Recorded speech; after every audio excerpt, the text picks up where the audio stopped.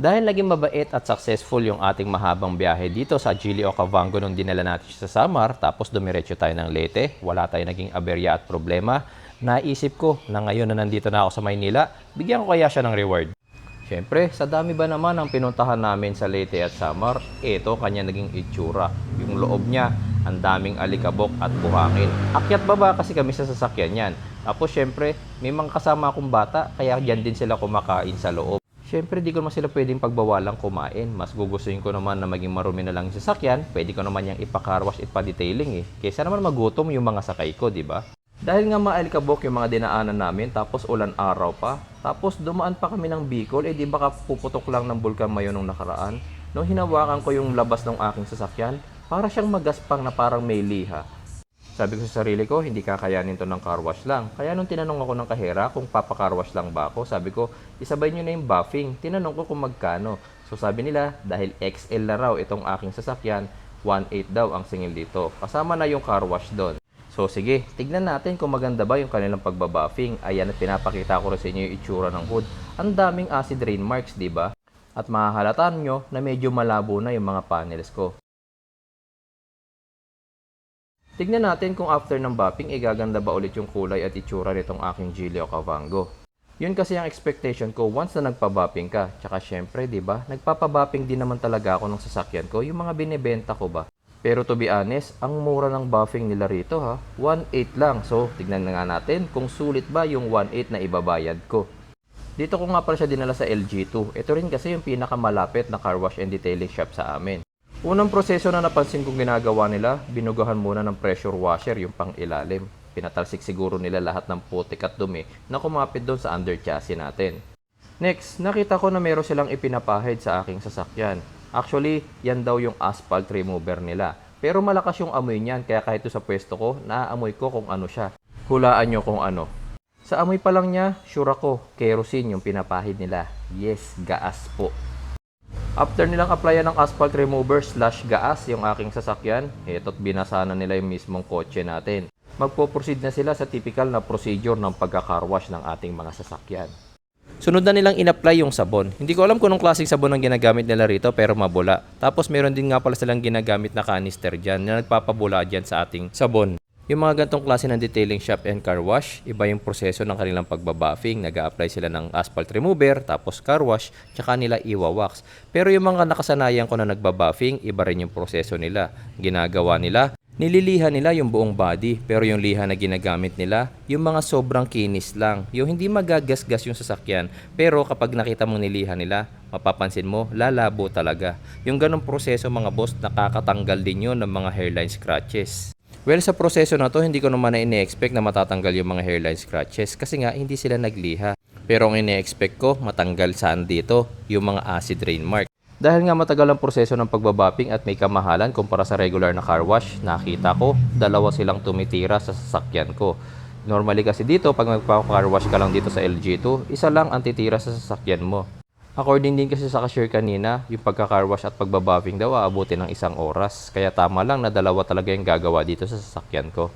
Tignan nyo, pati sa pagbabanlaw, dalawa sila, di ba? Mapapansin nyo rin nga pala dun sa aking windshield na meron na talagang acid rain marks itong sasakyan ko. Tignan yung mga tinatamaan ng wiper, makinis. Pero yung hindi tinatamaan ng wiper, namumuudon yung mga tubig. Sino sa inyo ang gumagamit ng acid rain marks remover? Paki-comment nga po dyan sa baba. Itong proseso na to, nagulat ako, naglabas si kuya ng blower kasi hindi yan kasama sa proseso kapag nagpapa-car wash ka lang. Siguro kaya niya ginawa yan para mas mabilis na matuyo yung mismong sasakyan natin kasi nga magbabapping na sila. Yung isa naman, nakita ko, pinupunasan niya rin. Siguro nga sinisigurado nilang tuyong-tuyo yung sasakyan bago sila magbuffing.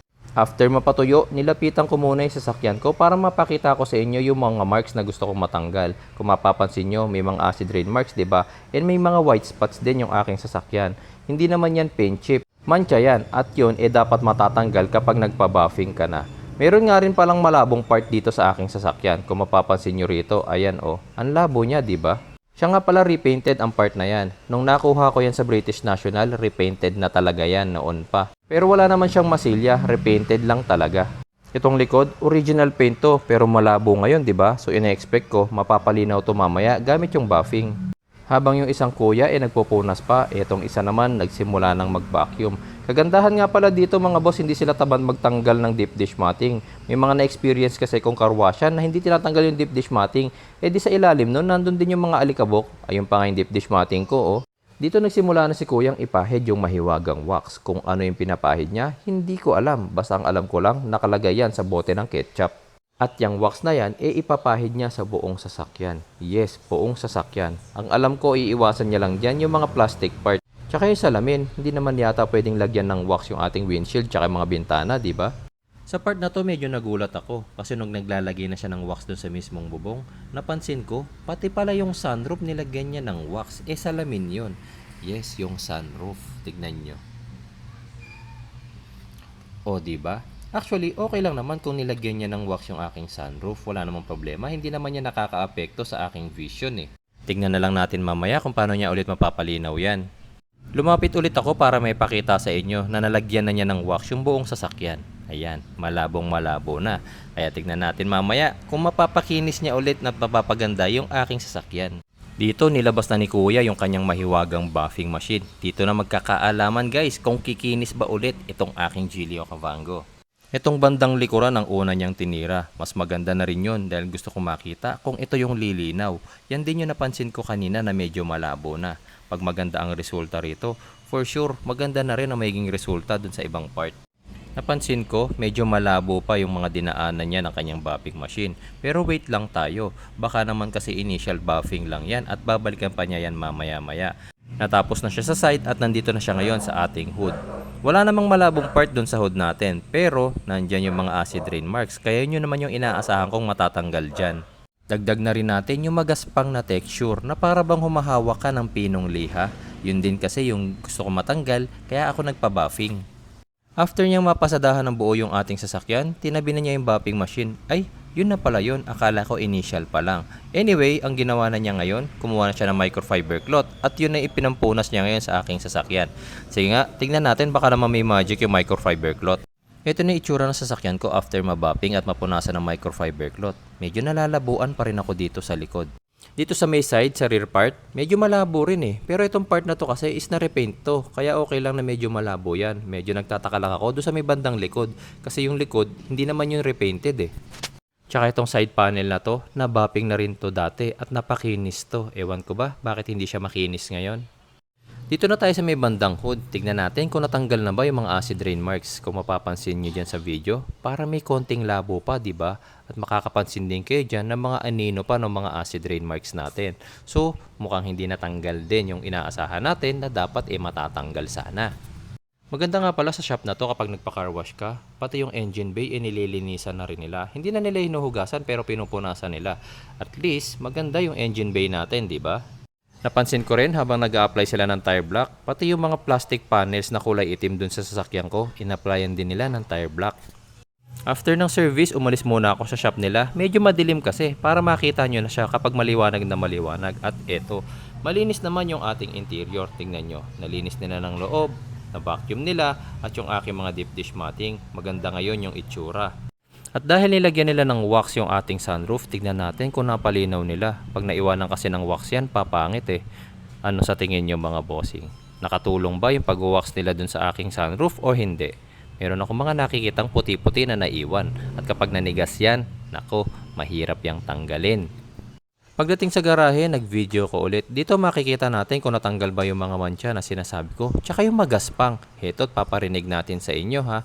Yan kasi yung main concern ko kaya rin ako nagpa-buffing.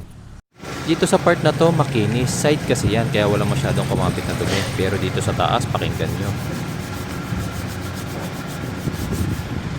Ayan oh, parang nagliliha, di ba?